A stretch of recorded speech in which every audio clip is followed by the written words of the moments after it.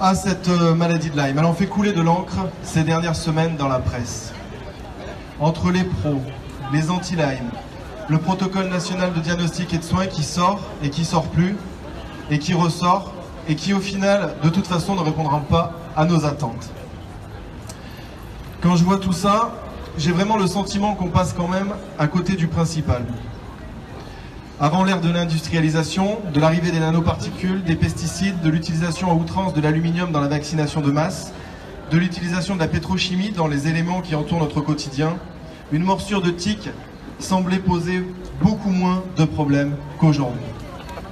Alors effectivement, peut-être qu'il y a eu des manipulations et des transformations de cette petite bête dans le cadre d'une éventuelle guerre bactériologique, comme on nous le laisse comprendre à travers quelques articles ou documents glanés à droite et à gauche.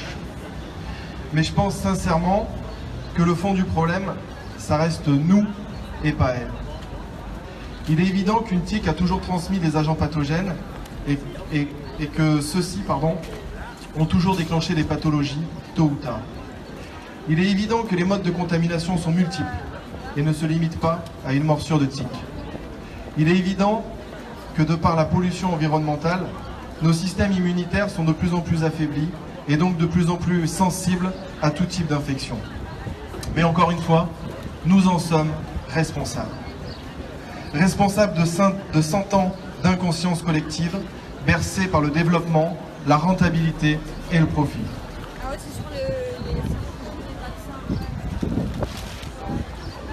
Notre médecine n'est que le reflet des dérives d'un système capitaliste à bout de souffle.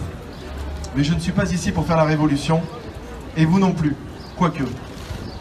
Nous souhaitons simplement pouvoir nous soigner correctement, être pris en charge avec des structures adaptées et avec des médecins qui ont le temps d'être à l'écoute. Des médecins qui acceptent de se remettre en question et de participer à notre accompagnement vers la pleine santé. C'est une évidence, la médecine et en particulier l'infectiologie se sont trompés et malheureusement continuent de le faire pour protéger les acquis de certains. Et oui, les infections peuvent être dormantes et se réveiller à tout moment. La résistance bactérienne, virale et parasitaire est une réalité à laquelle nous devons répondre. Les solutions passent par la recherche et l'innovation. Et la sagesse d'un malade serait de rappeler à nos infectiologues qu'en science, comme dans la vie, rien n'est acquis. Soigner les symptômes et pas la cause est certainement très lucratif pour les laboratoires. Mais fermer les portes de la guérison à des millions de Français est un crime. Ce scandale sanitaire reflète avant toute chose un problème sociétal. Mais pas comme peuvent l'affirmer certains infectiologues, qui n'hésitent pas à parler de syndrome de stress post-traumatique, qui se traduisent en douleur, en prenant en référence le viol sur certains patients ou le harcèlement moral, le syndrome d'épuisement professionnel, le harcèlement sexuel, l'usure de la vie ou même les traumatismes de la vie. Les malades de Lyme n'ont pas tous été violés dans leur enfance et ils n'ont pas tous des troubles psychiques. Réduire le débat à un problème psychologique semble bien trop simpliste pour, entre guillemets, de si grands professeurs qui zappent les publications scientifiques internationales de haut vol.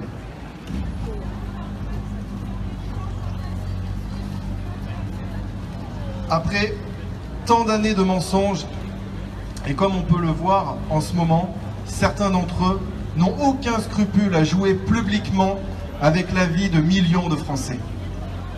Ne serait-il pas temps de mettre de l'ordre dans les rangs de notre médecine et de la réformer avec rigueur? Je vous rappelle que la santé est un bien commun, elle nous appartient à tous et nous devons en avoir le contrôle. Le droit de guérir veut offrir cette possibilité à chacun d'entre nous et nous y arrivons. Cette semaine, nous avons reçu un témoignage qui m'a touché et que je voulais vous lire. Parce que malheureusement, c'est loin d'être un cas isolé.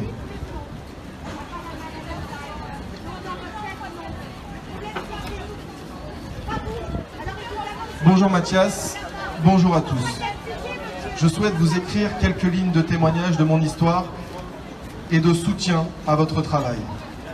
Je suis membre du droit de guérir, du fond de mon lit. Le 14 juin, j'aurai 39 ans. Je suis un ancien éducateur spécialisé. Je me suis occupé d'enfants polyhandicapés en fin de vie pendant 10 ans. Puis j'ai changé de vie il y a 3 ans. Je suis devenu moniteur d'escalade en Ariège, dans mes belles Pyrénées. Sportif passionné, je faisais 8 heures d'escalade par jour pour mon métier ou pour mes loisirs.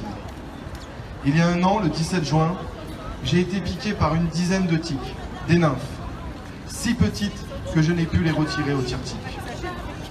Coïncidence, il y a 3 ans, j'ai eu un vaccin et de nombreux plombages.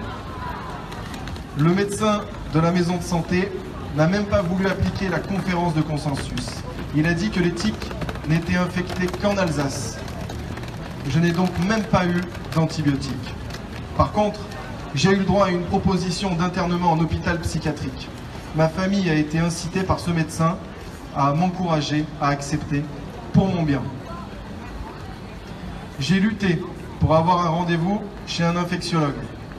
Entre-temps, j'ai obtenu un ELISA et un Western blot positif. L'infectiologue a dit que je n'avais pas Borrelia, malgré les IgG positifs. Aujourd'hui, je ne peux plus bouger, je ne peux plus travailler, je n'ai plus de revenus. Les douleurs au cœur, aux genoux, la peau qui brûle, bref, je suis un légume. Alors que j'étais hyperactif auparavant. Sans traitement, ma corde d'escalade est restée avec un nœud coulant sur la poutre de ma cuisine pendant 3 mois. Je souhaite m'engager dans l'action judiciaire, mais je n'ai même pas d'imprimante et je ne suis pas capable d'aller au village poster une lettre. Mon état ne me permet donc même pas d'aller à Nantes.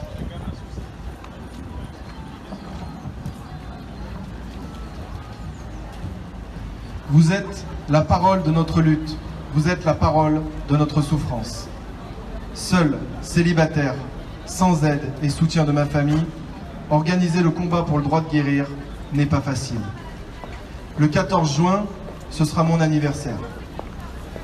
Olivier Moreau, Axe-les-Thermes, en Ariège. Ça fait mal, mais voilà la réalité du terrain. L'irresponsabilité de certains professionnels de santé pousse aujourd'hui les malades de Lyme vers la souffrance et vers la mort. En tant que président d'association, je dois gérer des tentatives de suicide tous les mois. Je dois aussi trouver les mots pour les familles qui ont perdu leurs proches. Et croyez-moi, ce n'est pas simple. Évidemment, tout cela dans le silence, la honte et l'incompréhension. Alors j'ai envie de dire qu'une chose. Bougez-vous là-haut, et rapidement, parce qu'on ne va pas se laisser mourir dans l'agonie, la souffrance et l'indifférence à cause de votre incompétence.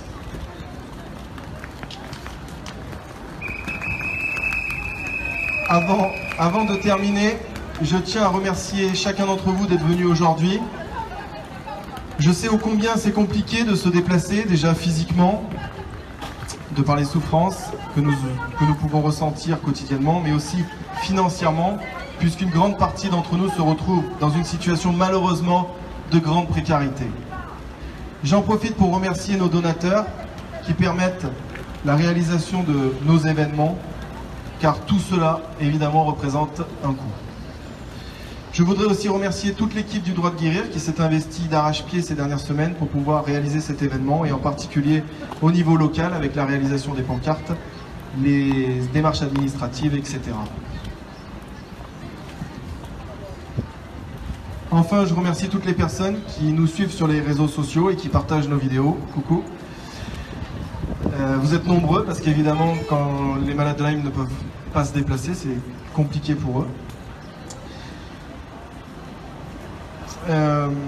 Donc vous l'avez tous compris, c'est ensemble qu'on tisse la toile des solutions et que nous construirons le changement. Pour finir, je crois qu'on peut tous être fiers de ce que nous sommes en train de réaliser parce que nous participons au changement, et donc je pense qu'on peut tous s'applaudir. Merci à tous. Bravo, bravo, bravo. Ce n'est que le début.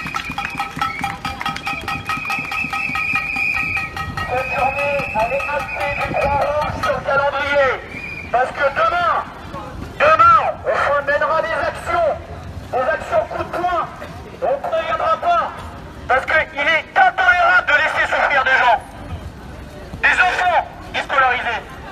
Des chefs d'entreprise que j'ai régulièrement au téléphone, en pleurs. Ils font faillite. Ils mettent leur entreprise sous tutelle. Des adultes qui perdent leur emploi. On est tous concernés par ce fléau social qui devrait être au moins entendu par ces médecins, soi-disant, ces infectiologues. Ah, en France, c'est la folie. Qui veulent soigner soi-disant un de Lyme, qui est une maladie très très rare, qui est totalement faux. C'est un scandale.